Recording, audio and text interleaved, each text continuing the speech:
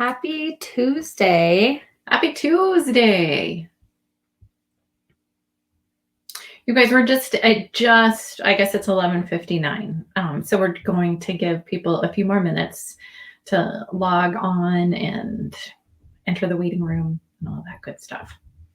But thank you for joining us. Yes, we're so excited to be here.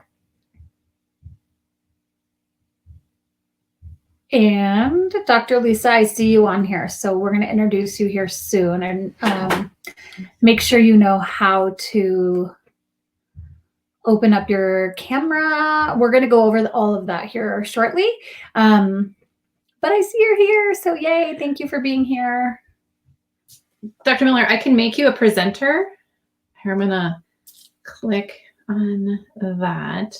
And so if you want to share your screen, or not share your screen, if you want to share your video or your mic up in the upper right-hand corner, you should be able to click on like the little microphone thing or the little camera thing.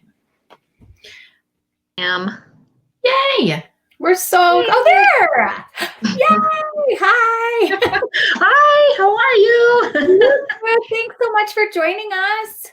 Yeah, of course. That's a nice thing to do over my lunch hour. Oh, well, you can take your camera off and eat too if you need to. Oh, I did. All right. Yeah. Slow enough day that I can get that in. Thank you. Yay, good. Awesome. Well, we're super excited to have you guys here. I think, well, we still have more people joining, which is super exciting. Maybe we'll just give it another minute or so, and then we will get started. I'm over at Rebecca's right now, and I brought like one of those little singing bowls, but I left it. I thought I brought one anyway, and I left it in the car. Otherwise I would like ding that so we could begin. But that's sweet. Right. That would have been a nice little intro. Very zen. Yes, right. Well, we're talking about sleep, so it's definitely nice to get there. All right, guys, maybe we should just go ahead because we want to be respectful of everybody's time. This should last about an hour, and we're hoping to have some time at the end to answer some questions for you guys. But without further ado, let's go ahead and get started. So y'all will see in the lower right-hand corner of your screen, like a little blue box that says chat. So absolutely, if you have any questions, any comments, any just shout outs, make sure to type it in there. And Kimberly, I do see that you are unable to hear us. Dr. Miller, I'm assuming since we've been talking, you are able to hear us. Is that right? Okay. Anyone else out there that can't hear us? I know, Kimberly, that we've had, and I'm just speaking from personal experience, I know if I have like my earpods, if I've previously had my earpods or my AirPods connected, and then I put them somewhere else, and then I try to hear, sometimes on my computer I can't. Mm-hmm. Can everyone else hear us for right now? Just want to make sure. And you guys, if you can't hear us, can you please just drop a little thumbs down in. Okay, cool. Okay, thank you. Yay. Oh, perfect. Moved on. Okay, awesome. Thank you. Okay, great. So you talked about how everyone's on and can hear us, and let's sorry about that. Y'all, we so apologize. We know that there was some confusion around what age group this talk at between 12 and 1 today is addressing. So we are going to be talking about school age kiddos between the ages of 4 and 12 for the next hour. And then tomorrow evening, we will be talking about the little ones' sleep from 0 to 3 at 7 p.m. And so same channel, same platform. But so all of this next hour will cover 4 to 12. And and we do apologize. Thank you for bringing that up. We were going to do that for sure. And we had an error in our flyer that went out. And so we I do believe, though, if you signed actually up for this, you did sign up for the correct correct class, because it should have said you're signing up for 4 to 12. So before we start, we really do apologize about that for any confusion. The good news is that all of our talks, we did one over the weekend with teenagers, and we did one with our teenagers, and that is also going to be recorded and sent out. So everyone will have access to these. And so for that, we apologize, and we are excited to talk about this age group. It's personally my favorite age group. I love this group of kids to work with. So you're going to see also some polls pop up, and what? Because I popped up the poll. Oh yeah, yes. So guys, we're tag teaming this, and as with any live stream webinar thing, there's always going to be like those awkward moments of like, what? So that was just an example of like our awkwardness, or maybe just mine. So anywho, we've got polls. Woohoo! Yes, they're super fun and interactive. So tell us, and we see, okay, there's a lot of 4 to 6 year olds on there, and then 7 to 9, and only 1 10 to 12. But we hear you, we're with you. I actually just finished up with a 10-year-old client too. So it's everywhere. And let's get started on some sleep stuff. One thing that we just want to make sure that you know, obviously we work closely with lots of pediatricians, specifically with PIP, and we want to make sure that you know that our advice and guidance is not in any way, shape, or form a medical advice, diagnostics, or treatment. If there's any sort of concern that we notice or we're having while we're working with you, or you have as a parent, we always ask you to get your advice from your pediatrician. And then we kind of get their blessing, so to speak, and an ability to kind of move forward with this. So we just want to make sure that that is the safety part of this is always addressed with your pediatrician first. I can do it. There we go. Oh, sorry. Oops. Okay. Well, hi, I'm Rebecca. I think many of you have probably seen my face or know me. I am a mom of 2 kiddos, both who go to PIP. I have a 2-year-old and a 5-year-old, and I've been a pediatric nurse for over 12 years. Worked in the ICU for a while, and then did a little quick stint in the OR, not really my forte, but then I moved into nursing triage. And through that, we started coaching a lot of parents through the triage, just on educating about a lot of things that you see in the office, I'm sure. But we decided to start focusing on sleep after my husband started Sleepably, realizing that there were many, many, many parents who were suffering from sleep because of their children. And so about almost 2 years ago, Sarah and I went through and got certified doing pediatric sleep. And we've been slowly kind of peeling away at the layers and getting really deep into it. And so I'm excited to come to you with experience from being a nurse, from being a mom myself, and now from taking this on to my full-time job as being a sleep coach and educating parents. And this is definitely a passion. It's so awesome, especially right now, because I know that the world is just a very stressful, crazy place. And so I'm excited to be here with you guys. And that's a little bit about me. So you guys, we met as nurses, right? And we not only had that kind of experience in common, but we're both moms. I am a mom of 4. My oldest is 22 now, and then my youngest is 6. So we just spread it out just so that we could really like enjoy each life stage one at a time. And so, yeah, I've been a pediatric nurse since 2005. So then that, because I'm an amazing mathematician, is 15 years. And so like during that journey, I've learned so much just about like relating with the parents one-on-one, right? And really what are like the primary concerns of like the families that we're seeing, and like just real everyday life stuff, right? And so I wanted to say I get a kick out of helping parents, but that sounds like pretty kind of like a lame term. So I really enjoy helping parents and seeing like the progress that we are making with helping their kiddos start sleeping, and then all like the positive feedback that I get from families when not only their kids are sleeping, but the families are like the parents are sleeping, the other siblings are sleeping. Like it really fills my cup. So thank you for joining us today. Yay! All right, so school age sleep support. I think just right off the bat, I'm one of the things that the first thing on the slide is, why is sleep important? And there's so many reasons, and this is so important from truly newborn stage until we're elderly.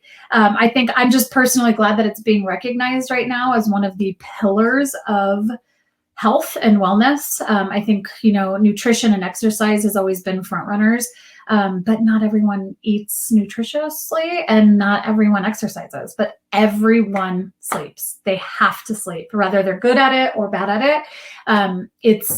It's a human function that we have to do. So in this particular age group, and we'll go into this quite a bit more, but sleep issues are very common, and many of them can just be more because of like a behavioral or something about being scared, or a whole array of things about learning how to be by themselves. And this is an age where we can do a lot of empowering as coaches. So that's probably the first thing that I would say. And so really this is kind of just like an agenda, right, of what we're going to be covering over the next hour or so. So Rebecca just absolutely hit on some like key points. And why is sleep so important, like for your kiddos, right? It's like the prime time for like growing and developing and change and all of that. And so we also are going to talk about like, what do we see most of the time? Yes. Right? What are we hearing from parents and what their concerns are? What are we hearing from pediatricians on what like parents' concerns are? And then we're going to give you some things that like you can do tonight to help your kiddos sleep tonight, tomorrow, over the weekend. And hopefully that'll help. And then, so you guys, we know that parents also, even if their kiddos are sleeping fine, that like parents are also having sleep struggles. So we wanted to also address like adult sleep and kind of, issues that are happening in the adult world and some things that you can do for that. And then, oh my gosh, you got to talk about like our new sleep school. Yes, I know. I'm so excited. We just started this new program probably like 5 or 6 weeks ago called Sleep School. And if you happen to go to our website, it's actually under works right now. So hopefully it should be, we're kind of giving it a little revamp, the Sleep School portion. But Sleep School, and we'll talk about it towards the end, but Sleep School is 5 weeks long, and we meet with kids 2 times a week. And we kind of do a deep dive into, so we work simultaneously like with the parents and the child, but this is really child focused. And so we do a lot of like texting or emailing with the parents just to see like what their feedback is. But this is a one-on-one. Obviously it's all virtual right now. But we meet with the kids. We do like a room assessment with them. We talk about what feels good, what doesn't. We talk about what causes them to wake up in the middle of the night, how they feel when they wake up in the middle of the night, ways they can try to unfold how they feel. It's so awesome. And I think this is probably why it's my favorite age group to work with right now, because I feel like the coaching that we're doing is really powerful, empowering. It feels good to get off the phone with these kiddos and to see the difference. And I love being able to work with the parent and the kid, but I also just love the sense of accomplishment we're seeing with these kids and the way that they're feeling so proud of themselves. And all these kids this age, they like having their own little coach. I think it feels really special for them to know that they have someone that's just with them doing something. So it's kind of like a sleep tutor, and it's super fun and we love it. So we'll talk about it towards the end, but let's give you guys some tips and tricks and talk about what's going on. All right, so let's do a poll because I really am like super geeked out on this. Can I hit? Yeah. All right, I'm gonna click. All right, you guys, so you should see a poll up, and I'll say it's quick. So when you put your kiddo to bed, is it quick and easy, or are you gonna sit in the dark with them for a while and watch them sleep? Or are they going to come kind of wandering into your room middle of the night? Awesome. We feel your pain, guys. We do. We know it. We've lived it. We've been there. All right. So, does this sound familiar, right? Like, your kiddo, they've never just been a good sleeper, even, from when they were an infant. They were always, like that kid. You reached out for help among your mom friends, your mom, like your aunts and anyone who could, offer any kind of advice, and just your kiddo was never ever a good sleeper. And so for the last, 4 to fill in the blank years, you like yourself as a mom or a dad, have not, had a good night of sleep. And I think honestly, like it really just kind of wears on everyone, right? It wears on the family. That like as a mom, like our number one aim, right, is to make sure that our kiddos are healthy and thriving, and we are doing whatever we can to make sure that, they are really healthy. And so it can be super frustrating when they're not getting the sleep that we know that they need. Like how many times, you guys, have you woken up and you've got like a big king size bed, right? And you just want to like stretch out, and instead you've got like a knee or an elbow or just like a spoon, laying next to you. Maybe there's another spoon next to you, and then there's your partner. And really, you just want your bed back. You want like your sheets back. You don't want to wake up in a puddle of, I'll say, a puddle of pee that's not like your own. Like it just, you just want your space back, right? Or you just don't want to be scared half to death when you wake up and your kid's standing right there. And really, I think what all of this means is that you want your kids to sleep well, because we know when we are not sleeping well, how we feel. We are not as productive. We're more irritable. Several things. It's just, you want this for your kid. So what can we do? And I will say too, and we talk about this quite a bit in the beginning stages, like the 0 to 3, but I want everyone to know that as parents and as moms ourselves, we often just do what we think is right in the moment. And a lot of times that may be just get into bed, everyone needs to sleep, whatever. And we have no shame in that. In fact, I have done that for years with my kids until I started doing this, kind of took like the easier route.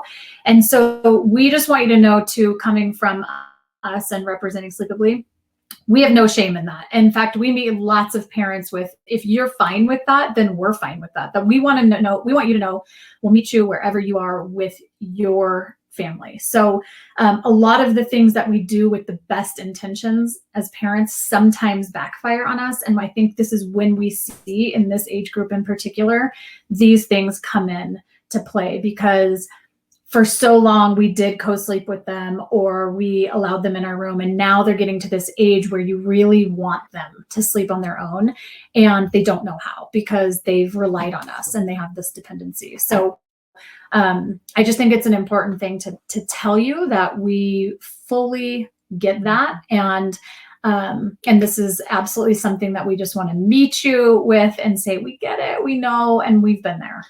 I wonder, and I think we should create a poll, right?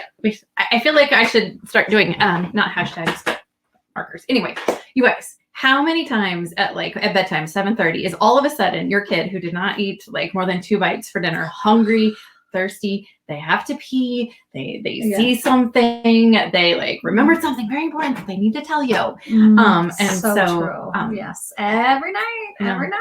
Yeah, it's a struggle. Suddenly you're hungry. Yeah, and it really makes like the bedtime, like the 7 to 8 to 8:30 time, it can be like super stressful, because like everybody just wants to go to bed. Like let's wind down, let's read books, brush teeth, maybe not in that order. Yeah. And then let's get in bed. So yes, every night. I see every night. Yes. So it's true. Yes, so true. All right. So why are we even concerned about sleep? I think Rebecca's done a great job at talking about like how sleep is so important, in the fact that growing up and even like in my professional career, I think that very little attention has been paid to educating about sleep. I mean, lots of nutrition, lots of exercise, physiology stuff, but little, I think, attention has been given to sleep. There's been, not to call us sleep nerds, you guys, but like, so anyhow, like there's so much research out there that suggests like how restrictions or restricted sleep schedules, lack of sleep, insomnia for kiddos can lead to more detrimental impacts on, like brain development, cognitive, like just physical development. And so I really want to address all of this and share to the world why this is so important. And we should have been talking about this long time ago. Anything else to add, my friend? No, okay. That's the truth. All right. So then, oh, Jean, yes, that dang YouTube. We could probably do a whole hour on like devices, YouTube, apps, Snapchat, TikTok, Instagram. Yes. We talked a lot about this in the teenage webinar. And I think it's like, especially now with like remote learning, right? Our middle schooler is now 100% remote. And, he spends his whole day on this device at school. And then after that, right, he's playing Minecraft and Fortnite. And then at night, of course he wants to like connect with his friends and see all the cool stuff that is like online on YouTube. And it's really a struggle. And I think, Rebecca's done like at our last webinar, you really talked about like how these kids want to stay connected with one another, right? And they're doing that via devices, but then it just takes us down a whole rabbit hole. Yeah. And I don't know, Jean, if you're asking specifically if we have advice on that. So I'm just going to address it now just since it came up, but we have a whole kind of like piece on blue light and what that does hormonally and how it inhibits the release of melatonin, which you need melatonin to feel sleepy. And the blue light is causing cortisol to rise, which is an awake hormone. And so really, I think the Chromebook, the iPad, the phone, the TV, I know we all hear it. We hear it from the doctors. We hear it from articles. We hear it from everywhere, but everyone, and I think the biggest piece too with this age group is that we need to show, we need to lead by example. So a phone basket or an electronic basket, even so it's like an hour before bed, everyone has to put their stuff in there. And honestly, the kids, we shouldn't be doing homework right up until sleep anyway, because that's very stressful. So I think just having a time where you truly unplug, and the iPad or the Chromebook or whatever shouldn't be allowed to spend the night in the room with the child. Especially this age group, because they just don't need to be connected at night with their kiddos right now, with other kiddos, and they don't need to be playing video games. They don't need to be on YouTube. This is a time to sleep. And this is when we have to kind of nip it in the bud so that we can give them a better transition into teenagehood when they will most likely have their phone in their room or need to stay connected in that way. So my biggest suggestion would be not to allow it in the room after a certain amount of time. I don't know if you have anything to say on that, but I think that would be like the biggest suggestion at this point. Do you see a lot of this, Dr. Miller? Like, I'm sure, I can't even imagine what you're seeing with all that you've got, all the patients you're seeing and homeschooling and all of that. Yeah, I mean, that's always a struggle too. So, and I was taught way back when that your bedroom is just for sleep, not doing homework on your bed, even in the wakeful hours that you're not describing. I get a lot of, it's my alarm clock kind of answers. I don't know, sneaky way in, but, we talk about just the good old alarm clock, or maybe, if parents are up for their own day, let them be your alarm clock for some time too. So. Yep. Absolutely. And I mean, truly, guys, if people are at home, parents are at home with this age group, you can be the alarm clock for your kiddo, or there are such cheap alarm clocks out there. In fact, there's alarm clocks that we use with kids even as early as age 2 that are the ones that turn green. And that indicates that you can get up. They're like $20 on Amazon. Or remember like the old fashioned one, like where you, like that's an actual clock face where you read the time. Yeah. And then, yeah. So, and those are fine too, right? Yeah. It doesn't have to be a lot electronic. It doesn't have to emit a light, a flashing sound. Like we could just have a clock in the room so that they're accountable for knowing when to get up and out of bed and ready for school. But we leave the device out of the room. So for sure. And then I do see here too, and I just want to kind of address this so we don't miss it. Someone said, oh, Richard, is this true for Kindles as well for reading? So obviously we encourage reading of any sort, but there does come a time too that even the Kindle needs to, it's 9, you need to go to sleep. I'm going to take the Kindle because it's time for you to now focus on getting to bed. So even though the Kindle has that, I think it's that black light behind with the white, softer. Yeah. It's better than the bright blue light, but it's still penetrating some sort of light. It's if we suggest any sort of like an amber color, that's more of a like warm tone that kind of helps you go into sleep versus like a blue or a white light. But either way, even with the black background and the white lettering, great. We want them to read if that's how they unwind to start their bedtime or to get into the bedtime. That's awesome. But there does come a point where the Kindle needs to be off by 9, if that makes sense, or 8 or whatever, however old, Richard, your child is. For sure. And I appreciate everyone. So right now, this is just a slide on kind of like what kind of the most common sleep struggles that we see in the 4 to 12 age group. And I love that you guys have, chatted in the chat box about early rising. And then really, that kind of goes like along with sleep props, because I think that from what we've seen, right, kiddos are waking early, like your 4, your 5 a.m. wakers, and then they come into the mom and dad's room, right? And they like settle in, or they ask for something to eat. They tell you they have to go potty. They're up earlier than what we would like to see, and really earlier than they need to be. They don't need to be up at 4 a.m. watching, the news. And so absolutely, it's certainly something common that we see among this age group. And I tell you guys what, like my 11-year-old, he's an early bird, right? He's an early riser. Even when he was little, he would wake up at 6 a.m. every day, and he'd go downstairs and make his cereal, put in a bowl. And that's just like his normal circadian rhythm. So every individual is unique, right? Everybody has like their own circadian rhythm, their own time that their body, tells them that they're ready to go to bed and that they wake up. And so I think that's also important to really be cognizant of, is you may have one kiddo that isn't like more of an early bird, like a 6 a.m. riser.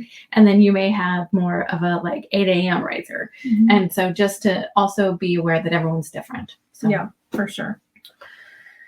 All right, guys. So we're going to talk a little bit about, this kind of goes into the piece of sleep deprivation and what kinds of things we're seeing, what the research is saying about these kiddos who are sleep deprived.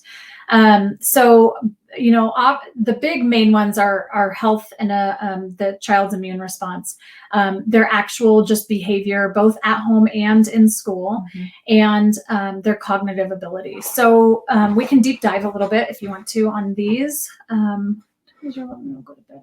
Okay, we'll go over that too. So you guys don't, we are non-judgmental. And so I'm going to tell you this without judgment, but we do bedtime early at our house. We do at 7:30 bedtime for both our 6-year-old and our 11-year-old.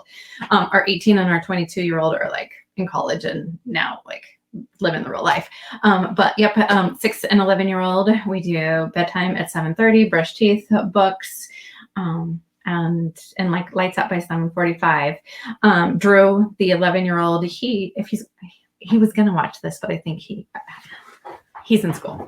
Anyway, he again is my 6 a.m. riser. So, and then Lucy, who is my 6-year-old, she's in bed by 7:30, and if she could, she'd probably sleep until 8 a.m.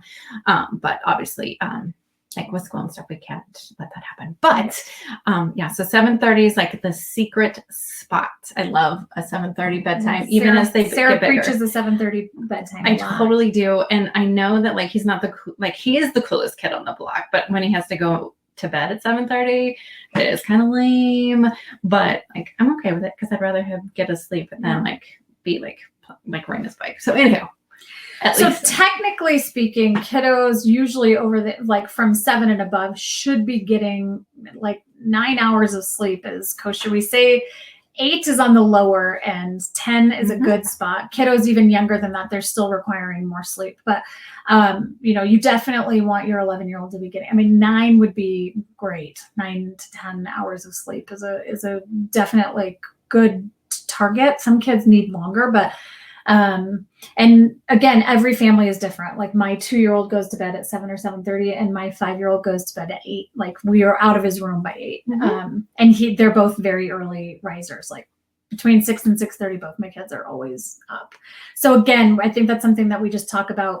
We look at where your kiddo has been and what they're doing naturally, because that is something to take. You can't just stretch a kid and make them stay in their room. You can make them stay in their room till 7, but kids are different.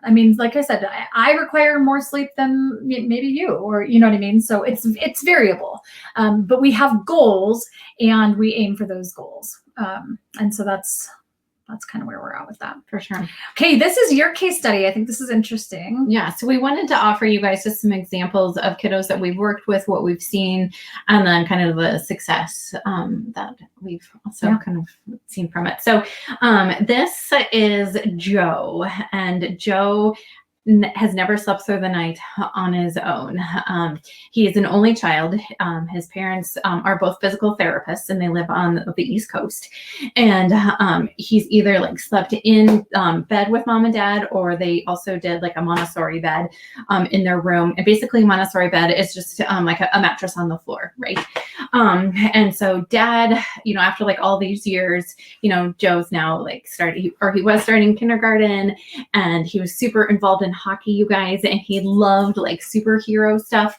But dad was getting super frustrated because he was like, why is this kid of mine like not sleeping in his room?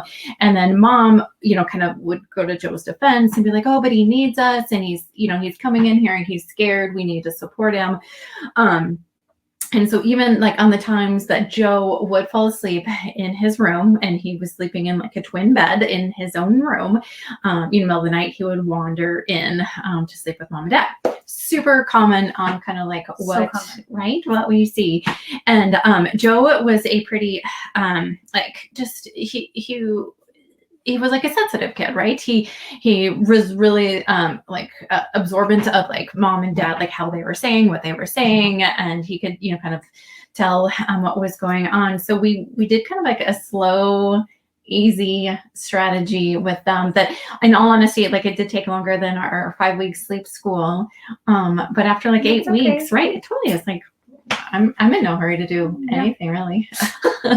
After 8 weeks, it was so awesome. Joe is finally sleeping in his own room, and as a superhero, he was really, he took on that persona of superhero. So super exciting. I like this story for 2 reasons. One, I think it outlines the fact that it's so common if your household has 2 caretakers that there is a variance or a disagreement in the sleep situation.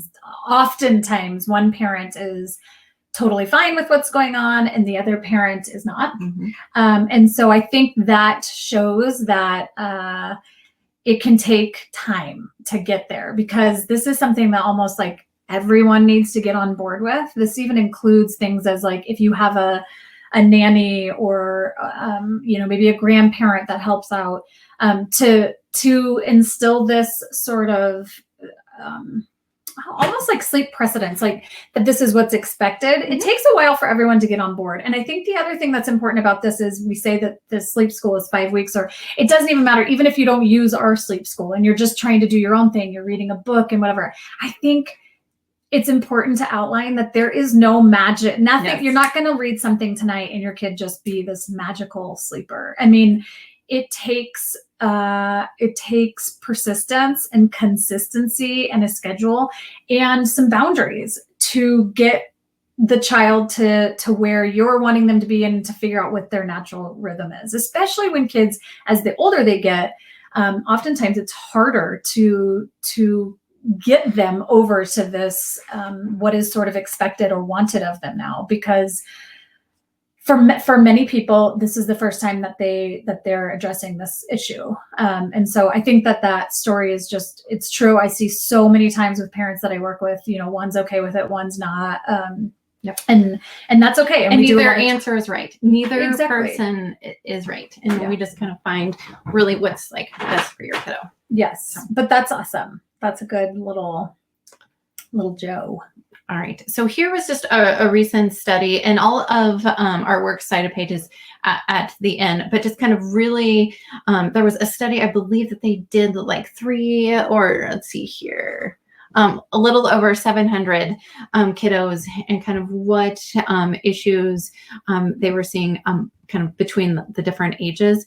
And it is interesting to see just, once they do start school, what the sleep struggles are versus, when they're either in preschool or even if they're not in like the preschool setting.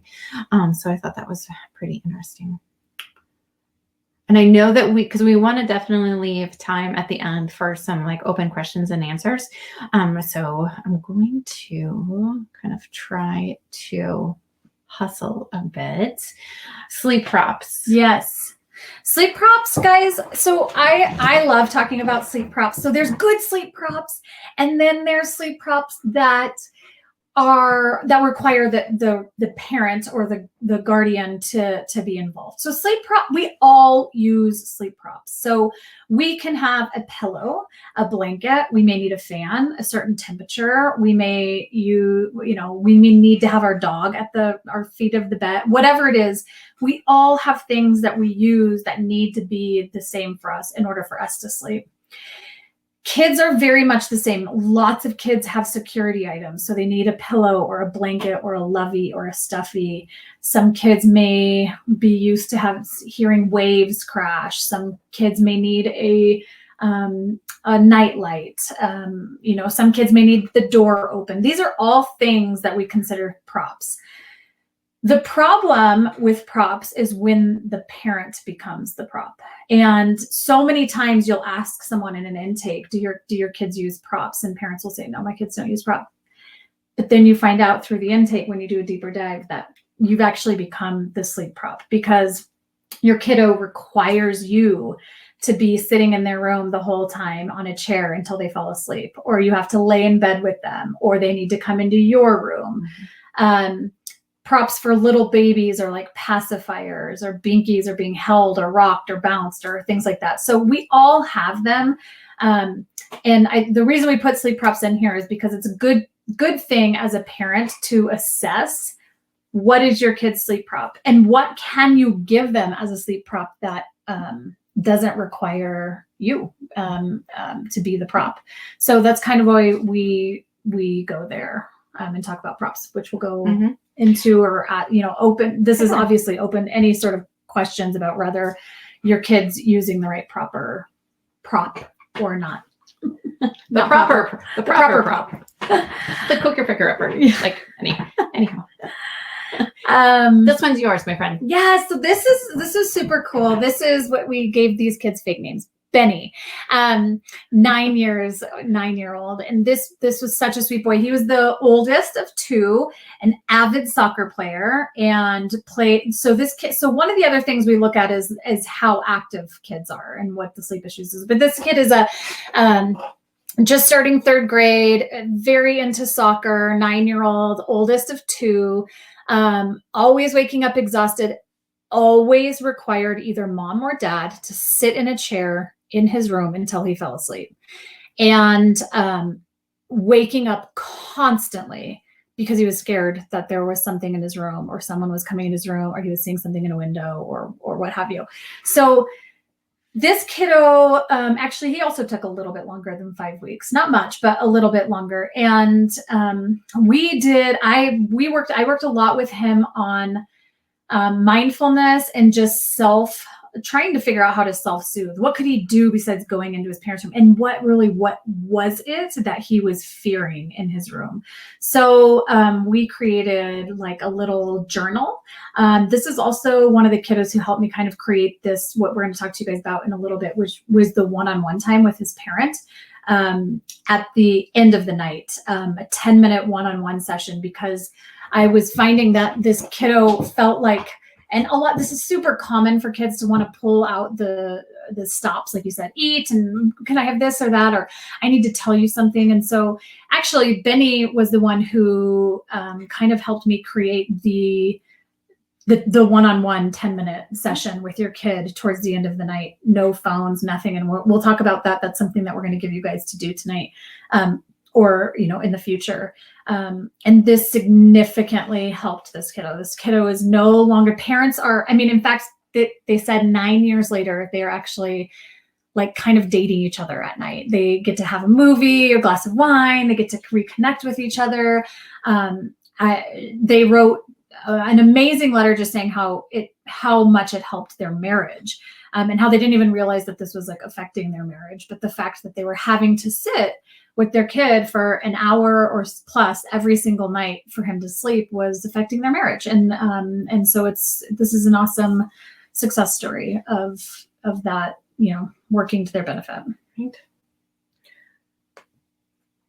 All right.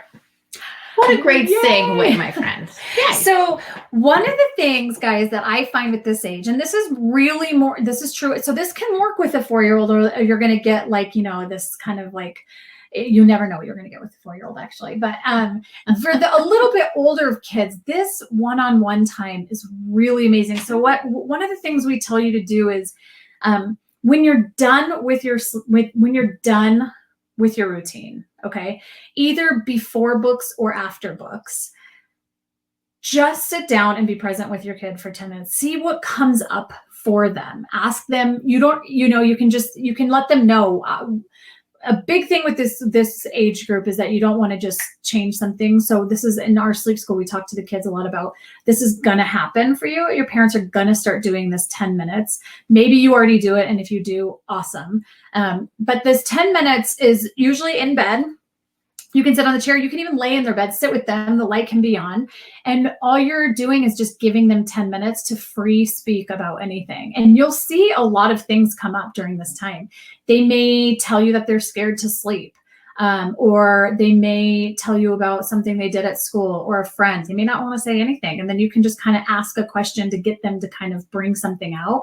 But what we noticed is that a lot of kids will actually start to talk about, I don't want to sleep. I feel scared. And this kind of opens this conversation with the parent of what is it in here that's making you feel this way, and that kind of thing. Sometimes it's just more like whimsical and they talk, but this one-on-one connection in a time of our lives that is so, we all know it's just constantly changing, and it's just like the kids are so resilient. And I think that kids are so much more resilient than we are. But it's a lot. It's a lot of change for them. And maybe they want to tell you that like so-and-so wasn't wearing a mask on the playground, or or there's something about the mask, or that they miss seeing a grandparent or a friend, or maybe that they miss school, or whatever it is. One-on-one connection for 10 minutes is allowing your kid to just have your one-on-one time and talk. And it's really helpful, I find, for them to get there, to go to sleep. Yeah, I'm a big fan of this as well, just from my own experience as a parent, and then experience with clients. I think right now everyone's where the majority of folks are working from home, right? We're working on our phones and our computers while the kids are also home working sometimes not. Sometimes they're just playing. Sometimes they're crazy bored. And, most of the time we're like, hold on. And then this one-on-one time is really just that special time that you can connect and kind of learn about what's on their heart and then offer them reassurance and, disconnect. So totally love that. Yes. Environment, you guys, this is huge. And I love, and Rebecca was really, the one honestly with this who was like, you know what, ask your kiddo, what is it in their room that's scaring them? Is it some like funky shadow that's on the wall? Is it the way like the street lamp light is shining in? Is it just the light from the street lamp that like we didn't even like really realize that is causing like the room to be great, super bright at night, and then it's not super dark? And guys, you want it dark in there. Yes. You want it cool in there. And so I love just really taking a step back. Let's look at the surroundings. Is it like crazy messy, and is there like a gigantic like Barbie house in the middle of the room? Lucy, my kid. Yeah, it's true. There's like actually a unicorn in there right now. Anyhow, and just think about like, especially, and I mean, I can't speak to dads because I'm not a dad, but I know as moms, sometimes you look at your house and you're like, how is this so messy? I mean, just how did this happen? Or sometimes I look at our art table and I just feel like, oh my God, this is just bananas in here. And look at your kid's room. Is there clothes everywhere? Does it feel does it feel chaotic and messy? You don't have to have like a spotless, clean room to get a good night's sleep, but just think about how their environment is affecting them. And I even do things with kids, like we walk around on the iPad and I say like, how does that make you feel? And what does that toy do for you? What do and you'll find things that they don't maybe even need in their room, or they kind of say like, well, this is just in here because, or this thing actually kind of creeps me out. And so I always say like to the parents, let your kid write the story. They're the best source of information for you. And I get it. Sometimes at 4 and 5, they can be whimsical. And, I don't like that. And tomorrow they like it. But at the same time, ask them what brings, what brings joy in their room. What do they love about their room? Let's do more of that and less of the other thing. And then schedules. Obviously, we talked about this earlier, but consistent. We really push to stay consistent, guys. And this is the same even on the weekends, even in this age group. This is not an age group that should be allowed to stay up much, much later on the weekends. I mean, special occasion, we're all about that. A holiday, a birthday, or whatever. We understand that. But for the most part, it should be a very consistent bedtime and wake time, because you really want to get into the kids' circadian rhythm and stick with that. And even like 1 or 2 nights of changing that can really throw them off. So always staying consistent with the schedule. Totally. And what is sleep school? Well, we kind of talked about it. So, I mean, and we'll keep going because I want to make sure we have time. But sleep school, like I said, guys, it's a 5 weeks thing. We do this deep dive. How can we improve your sleep? We get through specific sleep issues that a kiddo may be facing. We talk about their negative sleep thoughts. It's really like a supportive thing for parents. We troubleshoot for 5 weeks back and forth via email on what we can do. And it's awesome. And it's really effective for this age group. All right, I'm going to put this poll up really fast. How long has it been since you, mom or dad or caretaker, has it been since you've had a good night of sleep? All right.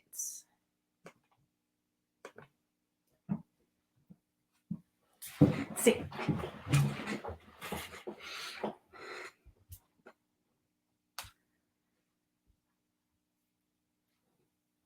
Since before I had kids, I know, right? I know. See, they're so wonderful, and there's just little stinkers, huh? It's hard. It's really hard. So let us talk to you guys for a few minutes about what you can do as an adult to improve your sleep. Ironically, it's very similar, honestly, to a lot of the things in general. Your environment. So one thing, I'm just going to kind of skip to the middle really fast. Environment. Is it too hot? Is it too cold? Is it too bright? Is it, or is it too cluttery? Is it too dirty? Is your bed next to a heater? All of those kinds of things. So really looking at your sleep environment. Do you have a pet? Is your pet wearing a collar? Is the collar always jingling? What's waking you up all of the time? So take a look at your environment. And then, do you want to talk about sleep hygiene? Sure. So how many of us allow ourselves like 1 hour of time to unwind every night?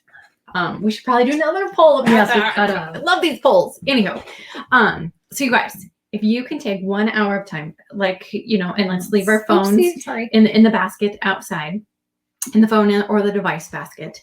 Let's take some time for some chamomile tea. Last night I had this amazing, and I need to share with you this lavender honey tea that I had, and just this time for journaling.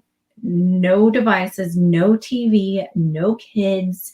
Perhaps you take a shower, like a shower at the end of the day, right? Not only does it help to kind of rinse off any kind of like environmental toxins, but it's just this quiet time for you, right? Listen to a podcast, read an actual book, like an old fashioned like book with paper on it, right? Have some like calming music going.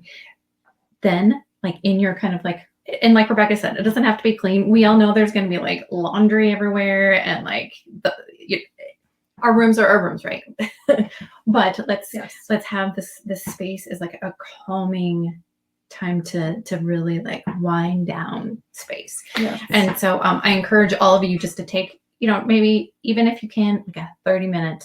I was going to say, yes. Even I know an hour sounds like a lot sometimes. Even I'm like an hour. I was like laying in my bed last night working on slides, and you know what I mean? So we get it.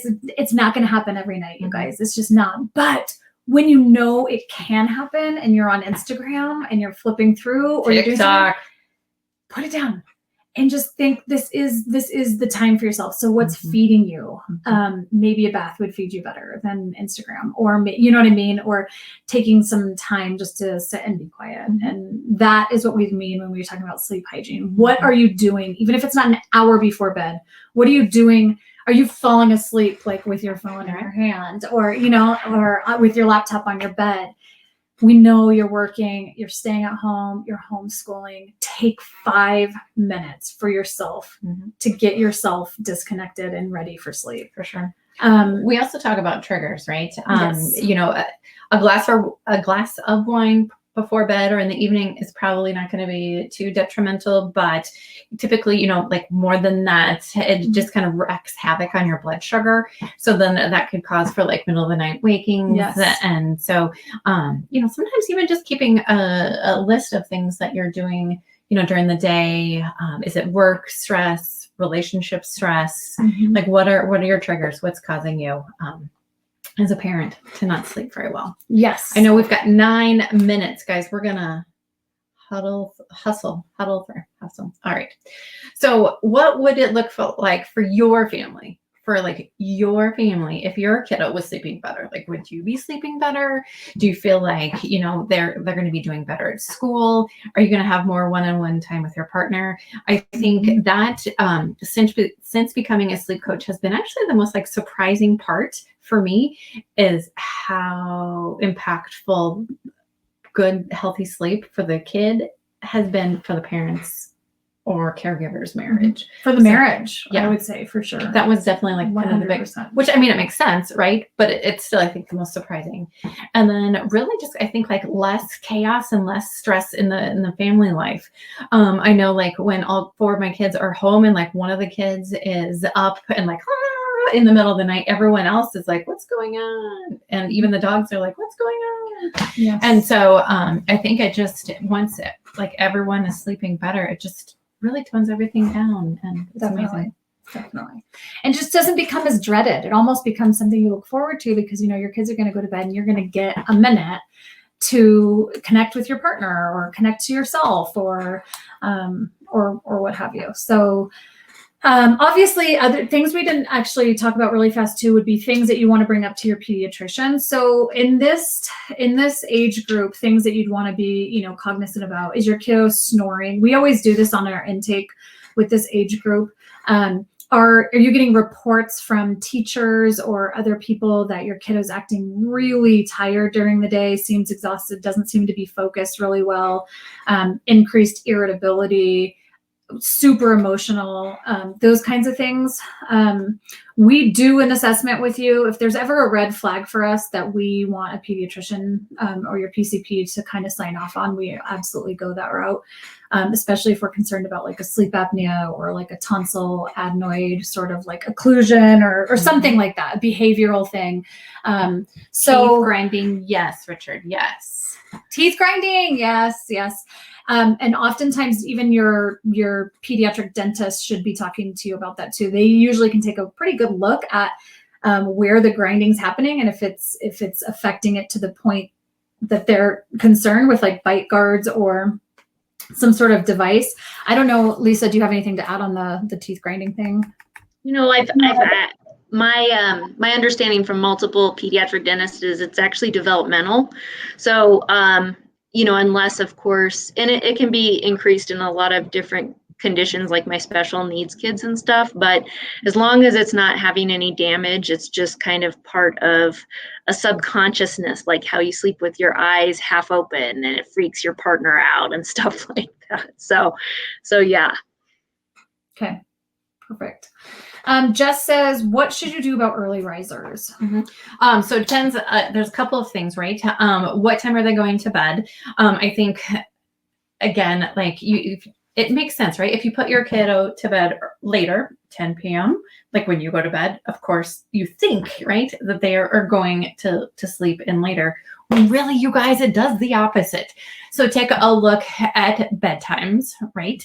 I know that Rebecca talked, especially for a 7-year-old, she talked about this awesome, like a green, red, or yellow alarm clock. And so I think 7-year-olds, like I think my 6-year-old would be able to determine, oh, it says 7, I can get out of bed now. But there's like alarm clocks that'll give you the color on when they can get out of bed or not. So if it's still on yellow or red, then they need to stay in bed. Another thing too, I would say too, is what are they doing when they wake up at 4 or 5 in the morning? What, like, are they excited to get out of bed for something? Like, for instance, my 5-year-old, he is excited to go do the iPad in the morning because that's something that sometimes we let him do. And so I've noticed that he will get up and he's just like so excited. He's like, oh, can I go do this little gaming thing that he had or whatever, coding thing. And so we stopped. We just said, no, you don't, we're not doing that in the morning. So is it like, if we call it an anticipator? What is it? Yeah, early an morning. excited anticipator. Like, are they just like, I get to go do something fun? Or are they stressed out about something? Are they fearing something? Also, like, is that waking them up? I'll tell you, early morning rising is due. So just in general, we have a sleep tank, and at night our sleep tank is full because we've had an active day all day. We're feeling really tired and drowsy. And that's like when our melatonin starts to kick in, our cortisol kind of levels come down. As we sleep, our tank starts to go like this. And early morning rising is super common because we just don't have as much of the sleepy hormone in our body as we do at the beginning of the night. So early morning risers are a big thing to look at too, is their bedroom, and if there's any light coming in, because that can indicate to them, oh, it's time. So that's something to look at. Let's see, what steps we're taking to solve those problems? Okay. So, like we talked about, Joe was super into superheroes, right? So he got his mama, we made for him a superhero sleep cape. And so as long as he was able to stay in his bedroom, then he could wear his superhero sleep cape, which really, it was just kind of like a blanket because I wanted to make sure that he didn't tie anything around his neck. But anyhow, he slept with his superhero sleep cape. We did positive rewards. He went and picked out a toy, and we did a chart. So at the end of 7 days of staying in his bed sleeping, then he received the toy that he'd already picked out. We did lots and lots of positive self-talk and really kind of building up, like, you can do this. For a long time, Mom had been telling him, like, unknowingly, right? Oh, Joe, you're just the worst sleeper. You're just the worst sleeper. You always keep me awake. And so then once we flipped the script on him, right, and we told him, dude, you're like a champion sleeper. You're the superhero sleeper. Then he, like, that became a part of like his persona, and he was able to put a positive spin on sleeping instead of always kind of like that negative spin. And so, yes. What are your thoughts for a 6-year-old having the door open? Honestly, I think a door open is fine if that's what they need to have, as long as it's not, I mean, I shouldn't say as long as not.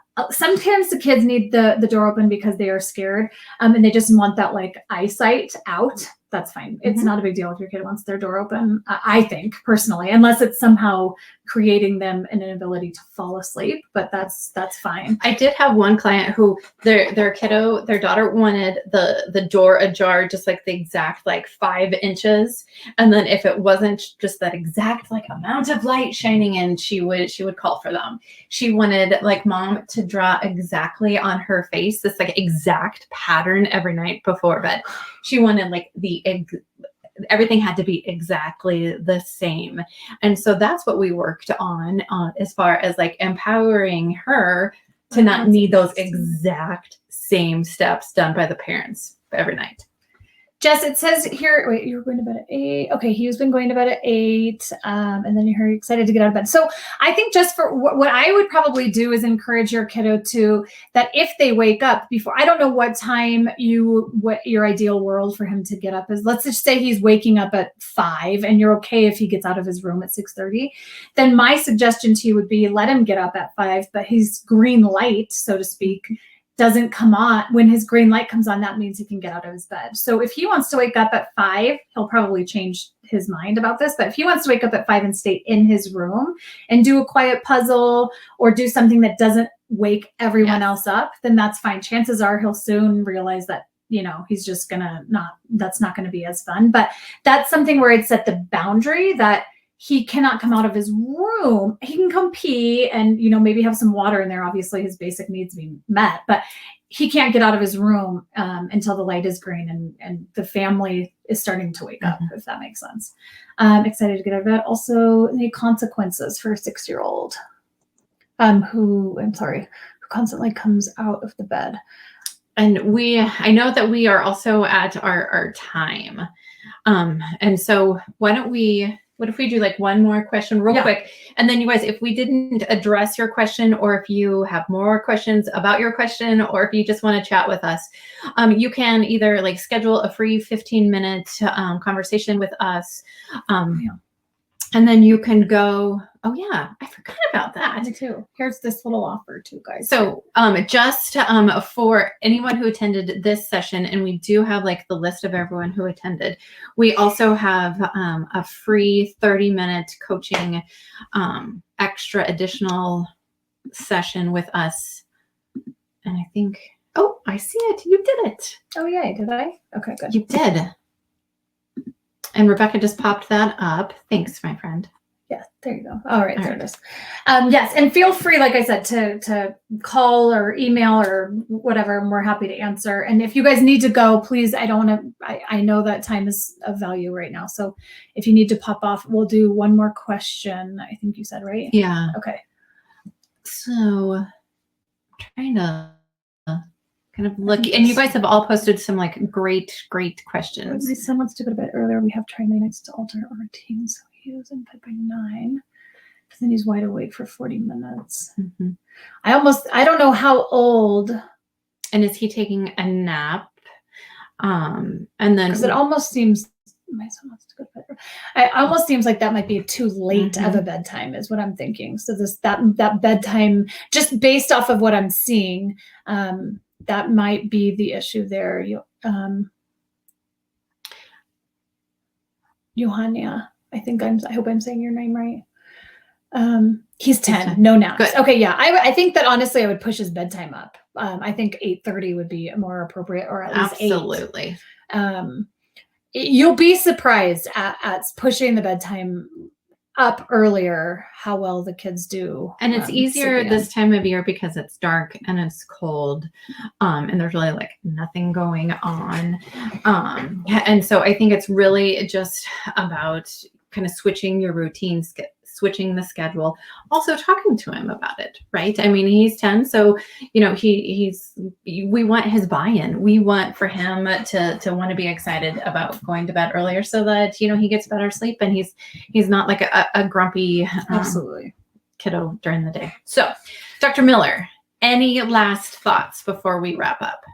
No, I mean, it is a big thing. And I think a lot of times from my perspective, it's either a parental agenda, like they really thought that this is the kid that they want, but it's not the kid they got. So, you have to be flexible even within siblings. Sometimes there's a feeling of wanting to be fair.